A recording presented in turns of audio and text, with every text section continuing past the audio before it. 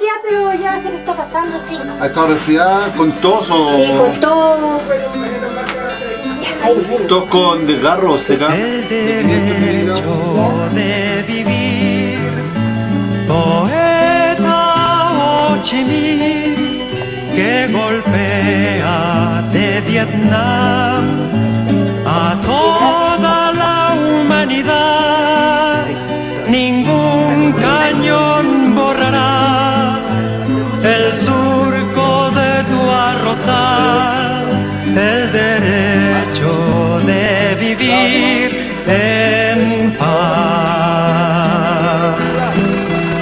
Indochina es el lugar más allá del ancho mar, donde revientan la flor con genocidio y napalm.